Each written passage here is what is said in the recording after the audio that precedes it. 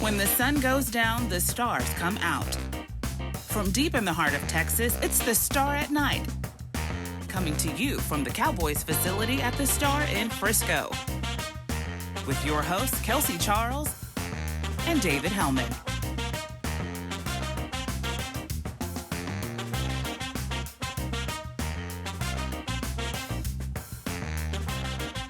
What's up, everyone? Kelsey Charles and David Hellman here, and you are watching another episode of The Star at Night.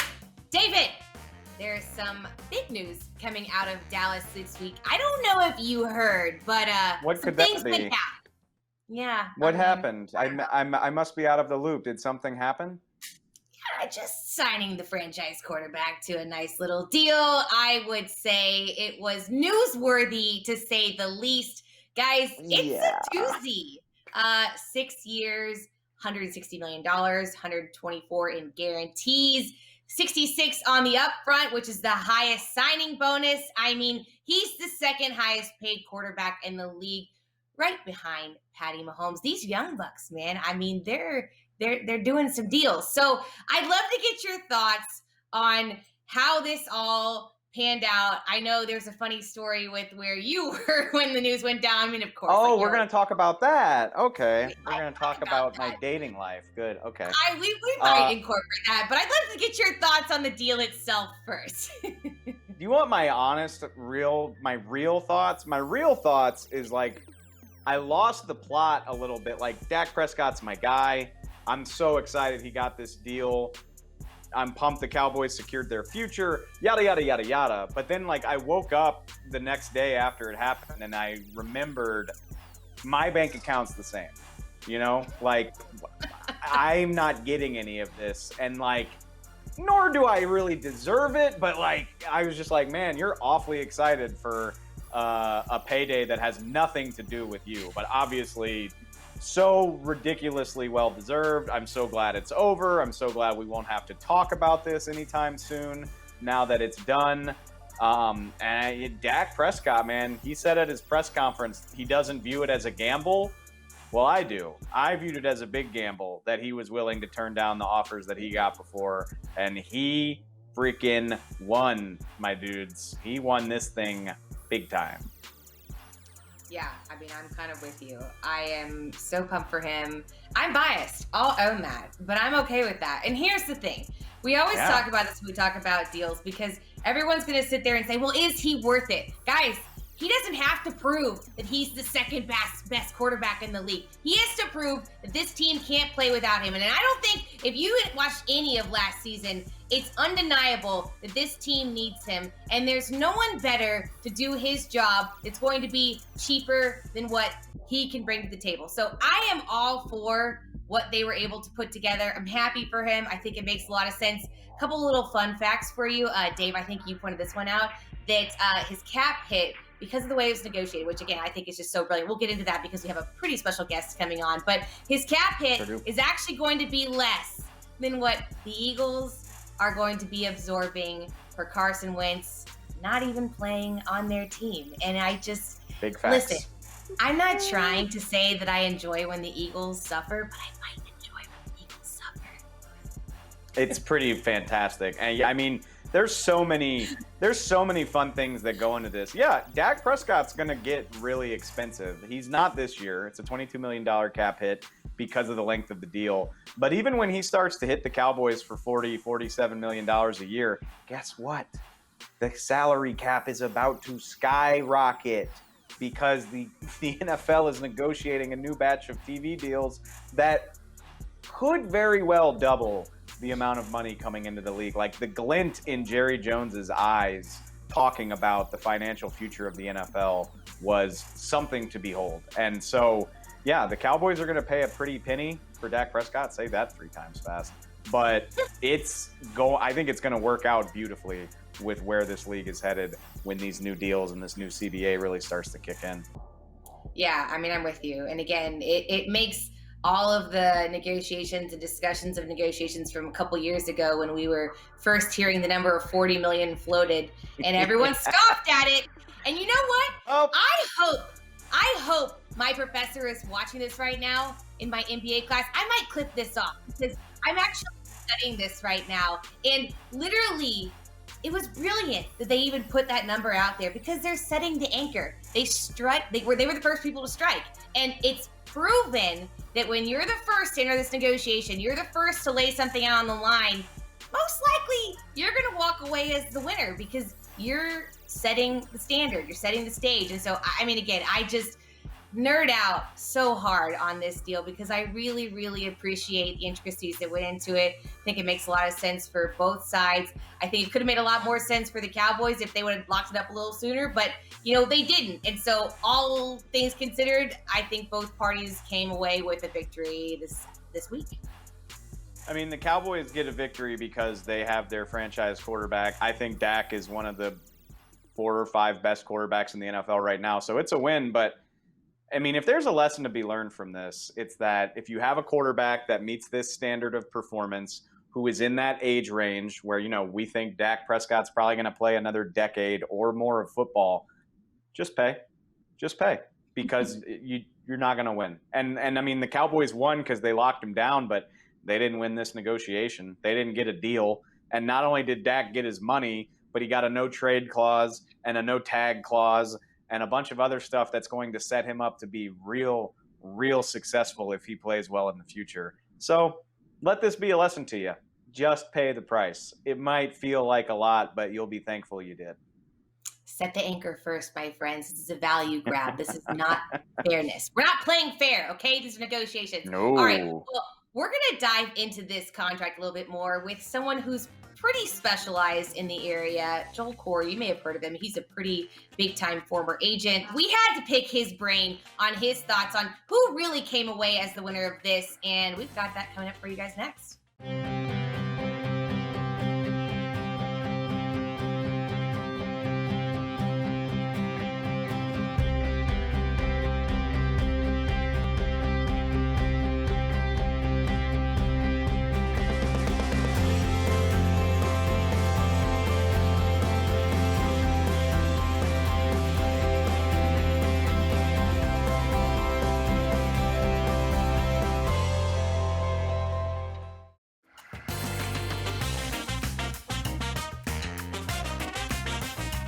Welcome back. All right, so Dave, I think we all know the hot topic of the week. That goes without saying.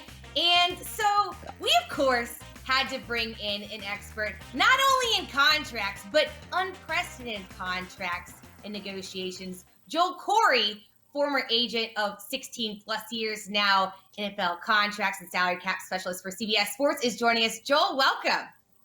Thanks for having me. We are excited to have you because obviously big news coming out of Dallas this week, finally locked down the quarterback of the franchise for a few years. Want to get your thoughts though, because I think a lot of people are thinking this is a pretty win-win situation, but you yourself, you have been on the forefront of some of these types of negotiations in the past. I mean, Patrick Surtain was one of your clients and you negotiated him as the highest salaried player in franchise history for the Chiefs at one point. That was only one of the deals that you've done that has been top of the line in terms of negotiations. So for this one, there's a lot of big numbers thrown out here. 164 potential as the total package, highest guarantee up front. Or what's your thought on your favorite part of this deal and really what was most interesting to you and how it's all played out? Well, the fact that he got a $66 million signing bonus and it's all payable in 2021. Typically, signing bonuses are deferred. Russell Wilson, who had the highest signing bonus before this, at $65 million, had $35 million deferred in 2020. He signed in 2019. So for Dak Prescott to make $75 million in the first calendar year, the first year of the deal, is unprecedented. The previous record had been Aaron Rodgers at $66.9 million in the extension he signed in 2018. So one element, Joel, that I'm really curious about, I've heard of it with plenty of other deals, but never, a record-setting quarterback deal, is the 2 voidable years at the end of this contract. So it's a 6-year deal for the Cowboys cap purposes, but it's really a 4-year deal for Dak. First of all, how unusual is that for a quarterback? Second of all, I guess, what are the longer-term implications of what that means for the Cowboys and how they manage their salary cap. Well, what it means is you can stretch the signing bonus over 5 years, prorated over 5 as opposed to 4. The max you can prorate a signing bonus is 5 years. It's something that the Saints started doing with quarterbacks in 2016 when they extended Drew Brees. Did it this 2018 contract, and again, the contract he signed last year. New England stuck voiding years in their last extension or last reworking of Tom Brady's contract. So it's not that unusual, but the practical impact is that Dak's proration is $13.2 million, 2021 through 2025, as opposed to dividing $66 million over 4 years. Now, the 6th year is interesting because it allows them next year, if they choose to, or a year after, to convert money from base salary into signing bonus and prorate it through that 2026 year. So since they haven't, I anticipate at some point Dallas is going to use that option. So we hear a lot about value of quarterbacks, and we talk a lot on this show about how it's just the market is set, and that's kind of how negotiations begin and end. But you still hear the narratives, no matter what, on if he's worth the deal that he got. He's the second highest paid quarterback right now with this deal in place. But what would you say to those individuals who are questioning the value on if Dak Prescott is really worth the money that he's going to get paid? Well, I hope you similarly questioned whether Kirk Cousins was worth becoming the highest paid player in football at the time, obviously for numbers which aren't this magnitude. Same thing for Jimmy Garoppolo. After 5 big games after the trade, he becomes the highest paid player briefly. Matthew Stafford at one point was the highest paid player in the NFL. Joe Flacco at one time was the highest paid player in the NFL. It's not necessarily the best quarterback who is the highest paid player. It is right now because it's Patrick Mahomes. But contracts are about timing and leverage. Dak had both of those, so that's why he has the deal he has. And I don't want to suggest that these guys aren't worth it. I say go get every single dollar you can. You never know how long you're going to play. But I am curious, like in the big picture, you can look at Dak's deal and see that the Cowboys are accounting for this, massive expected growth in the salary cap when these new TV deals come in. But do you have a sense of like where this is headed? Like, is this sustainable for that much longer? I mean, I guess they did just sign a new CBA, but I'm really curious if this will just continue to build on itself, or is there a breaking point where something reins some of these salaries in? Well, it's going to continue to build on itself because unlike the NBA, salary maximums do not exist in the NFL. So it's going to be whatever a player can negotiate. And we're going to see in 2023, most likely, if the cap goes up the way people anticipate, Russell Wilson could become the first $50 million per year player because he will be in the final year of his contract. Whether it's with Seattle or somebody else, he's going to get a new deal. If he continues to play well, I would not be shocked if Russell Wilson becomes the first $50 million per year player in 2023. So I want to get your high-level thoughts because, listen, I know that, we don't necessarily pick winners in this situation, but I'd love to get you to do exactly that, knowing what you know about the deal and knowing the tenure and everything that has kind of gone into this. We talked about the reported last offer was Russell Wilson money with Jared Goff guarantees, and we all see where it netted out. Now, if you had to say, I think this party, the Jones family or the Cowboys organization or Dak Prescott came out on top in this negotiation, who would you be choosing? Well, Stevie Wonder could pick a winner in this one because it's so clear. It's Dak Prescott because the only way Dak Prescott was going to get a deal done before the franchise tag deadline or before the league year started on March 17th was for Dallas to pretty much concede every major deal point. Jerry Jones acknowledged back in January on a Dallas radio station that Dak had all the leverage. So what does Dak get out of this deal? 1, the biggest signing bonus in league history. 2, the most money fully guaranteed at signing. It was $94.5 by Matt Ryan. He now has $95. He's got very good cash flow. The one place where I'd say Dallas got a compromise was Dak last year wanted a 4-year deal to be under contract through 2023. He's technically under contract through 2024, but there's some constraints on that. He has, first, a no-trade clause, and two, you can't stick a franchise or transition tag on him if he plays out the contract, and his agent, Todd France, forced him to put the second franchise tag on him anyway. So from a practical standpoint, given there's a $5 million fifth day of the league year roster bonus in 2024, and you can't restrict him through a tag if he plays out his contract, he probably doesn't play the fourth year anyway if he's still performing at a fairly high level, because he can walk out the door at that point. So Dallas will have pressure to get a deal done sometime in the offseason in 2024. That's the only place where Dak made a compromise.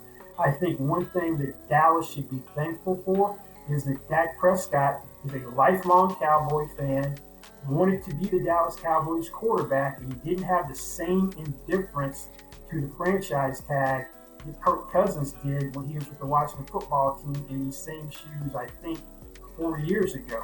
Because that almost $37.7 million tag and then free agency the next year is what got Kirk Cousins a fully guaranteed contract, which is the highest paid player. So Dallas should be thankful that they have cost certainty with their quarterback and have him under contract. Don't have that $37 million cap hit for the tag as an albatross around the salary cap, running the risk of him walking out the door next year. I think that's a really good point, because the fact sure. that if he really, everyone's going to say, we wish that Dak would have done this or done that, be more team friendly, right? But if he wasn't team friendly, he would have said, no, go ahead and tag me, like you just said. And then next year, you probably can't afford to tag me again, so I can go make even more money on the free agency market, or you guys are going to really have to pony up. So, I'm not seeing, like you said, like he's gotten a lot of what he's wanted, but I think in terms of what the Cowboys would want, they are definitely in at least the best position they could be right now, unless they would have done something a little bit sooner, which is on them. Yes, that is on them. Now that you mentioned that, the optimal time to get the deal done was when Dak Prescott had only made $2 million on his NFL contract, was heading into the final year of his contract. He should have been the priority in April 2019 over getting DeMarcus Lawrence done when he had a second franchise tag on him. At that point in time, Russell Wilson had not signed his contract at $35 million per year. There were only two quarterbacks in the NFL making $30 million or more, Matt Ryan and Aaron Rodgers. You do the deal then. Maybe you get him to do a 5-year deal at that point. You're at $30 million, $31 million per year. Over the 5-year period, including the franchise tag, Dak Prescott has $191 million plus on the books for what the contracts were worth for those 5 years versus it being 150 to 155. So you can quantify how much money it cost Dallas by not doing it at the earliest possible instance they could have. So I got one more for you. And, you mentioned Todd France. From your experience, a more personal question, I guess. Couldn't help but notice the smile on Todd France's face at Dak's press conference. When you manage to get a deal like this done, what's that like on the agent's side? I mean, I would imagine relief, excitement, but especially something like this that took 2 years to happen. What's that feeling when you manage to deliver like that for your client? Relief, excitement, and also it's a lot more fun when you have leverage than when you don't. Because when you have leverage and you're sitting in the driver's seat, you have a better shot at dictating terms than in other situations. I hate it when the shoe is on the other foot.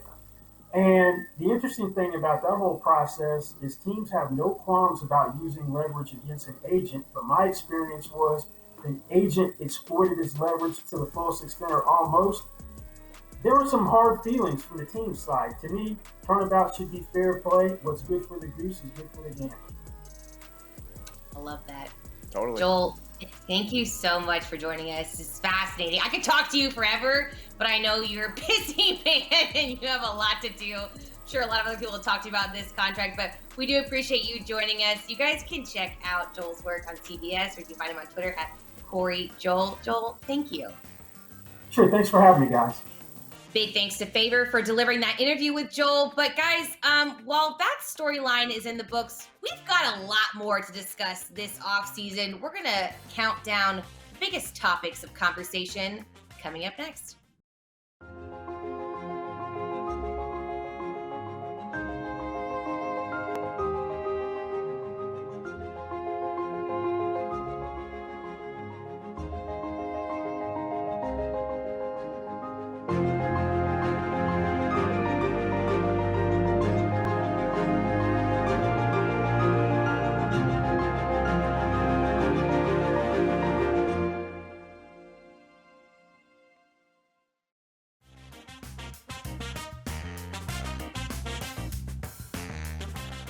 All right, David, now that the Dallas Cowboys have locked up their quarterback and we can, maybe put that storyline to rest just for a minute, if you will, a few years.